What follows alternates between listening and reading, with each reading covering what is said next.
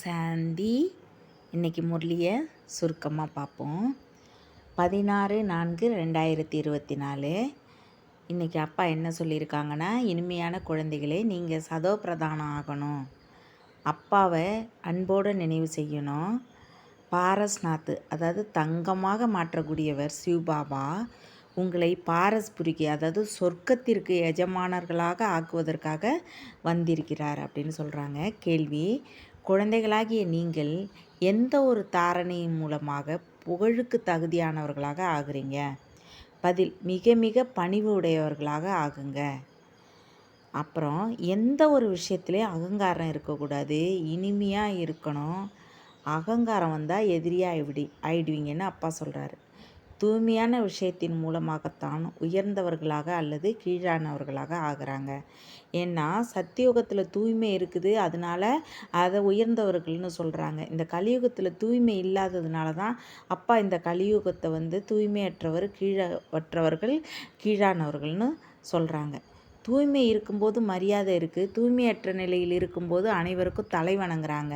இது எதுக்காக அப்பா சொல்கிறாங்கன்னா, கன்னி பொண்ணுங்க இருக்குது அப்படின்னா அந்த குழந்தைங்கள கன்னியாக இருக்கிறப்ப, சின்ன குழந்தைங்களாம் கன்னியாக இருக்கிறப்ப என்ன பண்ணுறாங்க, அந்த குழந்தைய ஒரு தேவி ரூபத்தில் வீட்டுக்கு கூப்பிட்டு உட்கார வச்சு எல்லா குழந்தைகளுக்கும் என்ன அலங்காரம் செய்யணுமோ அதையெல்லாம் செய்து சாப்பாடு எல்லாமே கொடுத்து அந்த குழந்தைங்களோட கால்களை பாத பூஜை செய்து தேவியாக நினச்சி அந்த குழந்தைங்க கையெடுத்து தன்னோட தலையில் வச்சு ஆசீர்வாதம் வாங்கிக்கிறாங்க. ஆனால் அதே குழந்தைங்க கல்யாணம் ஆயிட்டுனா, கல்யாணம் ஆனதுக்கு பிறகு அவங்க எல்லாரோட கால்களையும் தொட்டு வணங்குறாங்க. இதை தான் அப்பா அப்படி சொல்லியிருக்கிறாங்க. ஓம் சாந்தி.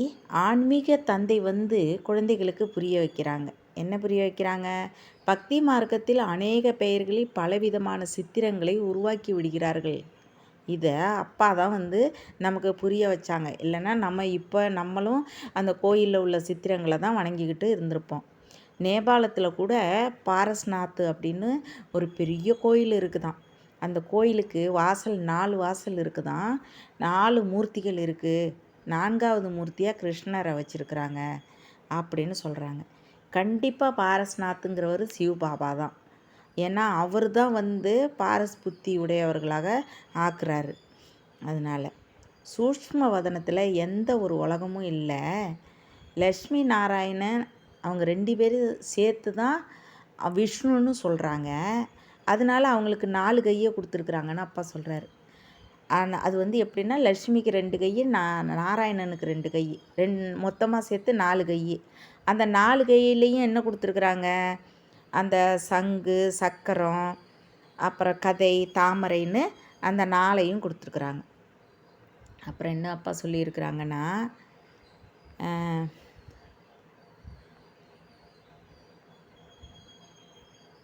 அப்புறம் இது கண்டிப்பாக சொல்கிறாங்க, சிவபாபா தான் பகவான் என்று சொல்லப்படுகிறது. அவங்க எந்த மதமாக இருந்தாலும் சரி, சிவபாபா தான் கடவுளே. ஆனால் அவர் அவரை பரமபிதா எப்படி அழைச்சாலும் சரி, எந்த மதத்தில் எப்படி அழைச்சாலும் அவர் மட்டும்தான் பகவான், பரமாத்மா, நிராகாரு, பரமபிதா, பரமாத்மா அப்படின்னு நீங்கள் எல்லாருக்கும் புரிய வைக்கணும் அப்படின்னு சொல்கிறார் அப்பா. ஏன்னா ஆத்மா தான் சரீரத்தின் மூலமாக ஓ பரமபிதாவே அப்படின்னும் கூப்பிடுதுன்னு சொல்கிறாங்க. ஞானக்கடல், சுகக்கடல் எல்லாமே கடவுளுக்கு தான் அந்த மகிமை எல்லாமே. பக்தி மார்க்கத்தில் ஒருவருக்கு அநேக சித்திரங்கள் இருக்குதுன்னு சொல்கிறாரு. ஆனால் ஞான மார்க்கத்தில் ஞானக்கடல் ஒருவர் தான். அவர் தான் பதித்த பாவனன். அவர் தான் சத்கதி வழங்குறாரு எல்லாருக்கும். உங்களுடைய புத்தியில் முழு சக்கரமும் இருக்குது அப்படின்னு அப்பா சொல்கிறாங்க. உயர்ந்ததிலும் உயர்ந்தவர் பரமாத்மாவை நீங்கள் நினைவு செய்து கொண்டே இருந்தால் சண்டை, சச்சரவு, துன்பத்திலிருந்து நீங்கி நீங்கள் ஜீவன் முக்தி அடையலான்னு அப்பா சொல்கிறாரு. இதுதான் ஜீவன் முக்திக்கான டைமே. கடவுள் அதுக்காக தான் வந்திருக்கிறாரு. பாபா ராஜ்யத்தை ஸ்தாபனை செய்து கொண்டிருக்கிறார். சொர்க்கத்தை ராஜ்யம் செய்து கொண்டிருக்காங்க. அங்கே சத்தியுகத்தில் ராஜா, ராணி, பிரஜைகள் எல்லாரும் இருக்கிறாங்க. வெறும் மகாராஜா, மகாராணி மட்டும் இல்லை.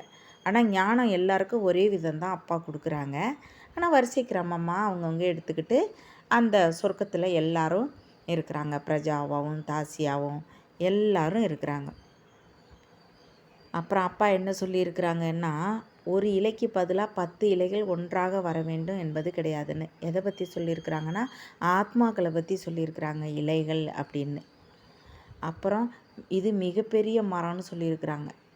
ஆத்மாக்களோட உலகத்தை வந்து மிகப்பெரிய மரம் அப்படின்னு அப்பா சொல்லியிருக்கிறாங்க.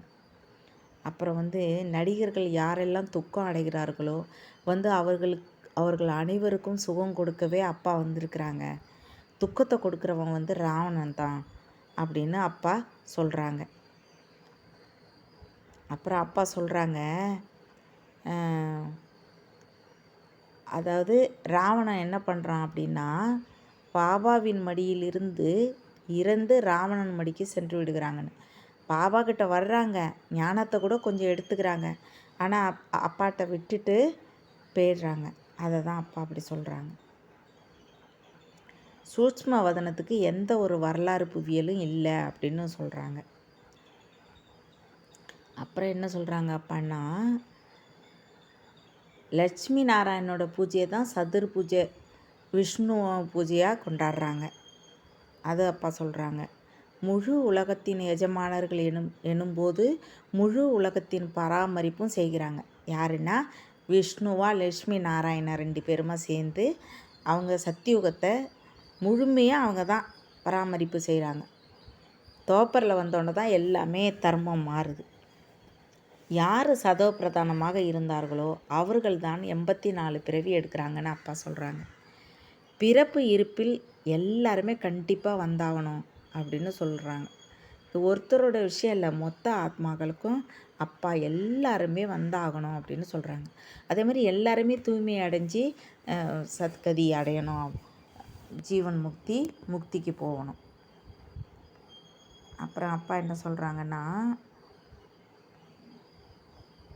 இது முட்கள் நிறைந்த காடு அப்படின்னு சொல்கிறாங்க. சுகம் கொடுக்கறது வந்து ஒரே ஒரு அப்பா மட்டும்தான். மலர்கள் நிறைந்த தோட்டமாக மாற்றுறதுக்கு தான் அப்பா இங்கே வந்திருக்கிறாங்க அப்படின்னு அப்பா சொல்கிறாங்க. சன்னியாசி மார்க்கத்தில் இருக்கிறவங்க அடியோகம் நிறையா செய்கிறாங்க, ஆனால் அவங்களால ராஜயோகத்தை கற்றுக் கொடுக்க முடியாது. கடவுள் ஒருத்தர் வந்து தான் இந்த ராஜயோகத்தை கற்றுக் கொடுக்க முடியும் அப்படின்னு சொல்கிறாங்க. இவங்க எல்லாருக்குமே 84 பிறவி முடிஞ்சிருக்கு, இப்போ எல்லாருமே வீட்டுக்கு போகணும் அப்படின்னு சொல்கிறாங்க. அப்புறம் அப்பா என்ன சொல்கிறாங்கன்னா, அரை கல்பம் சொர்க்கம் அரை கல்பம் நரகம்னு சொல்கிறாங்க. அதாவது ராவணன் அரை கல்பம் இந்த கலியுகத்தில் ராஜ்யம் செய்கிறான், அரை கல்பம் வந்து ராம் ஆட்சி செய்கிறாரு. அதை 2ஆக பிரித்து தான் அப்பா சொல்கிறாங்க. அப்புறம் அப்பா என்ன சொல்கிறாங்கன்னா, தேவதைகள் தான் சத்தியுகத்தில் இருக்கிறாங்கன்னு சொல்கிறாங்க. இங்கே மனிதர்கள் தான், கலியுகத்தில் இருக்கிறவங்கெல்லாம் மனிதர்கள் தான், இங்கே யாரும் தேவதைகள் இருக்க முடியாதுன்னு அப்பா சொல்கிறாங்க. அப்புறம் அப்பா சொல்கிறாங்க, குழந்தைகளாகிய நீங்கள் வந்து பணிவுடையவர்களாக நடந்துக்கணும் அப்படின்னு அப்பா சொல்கிறாங்க. அப்புறம் அப்பா என்ன சொல்கிறாங்க,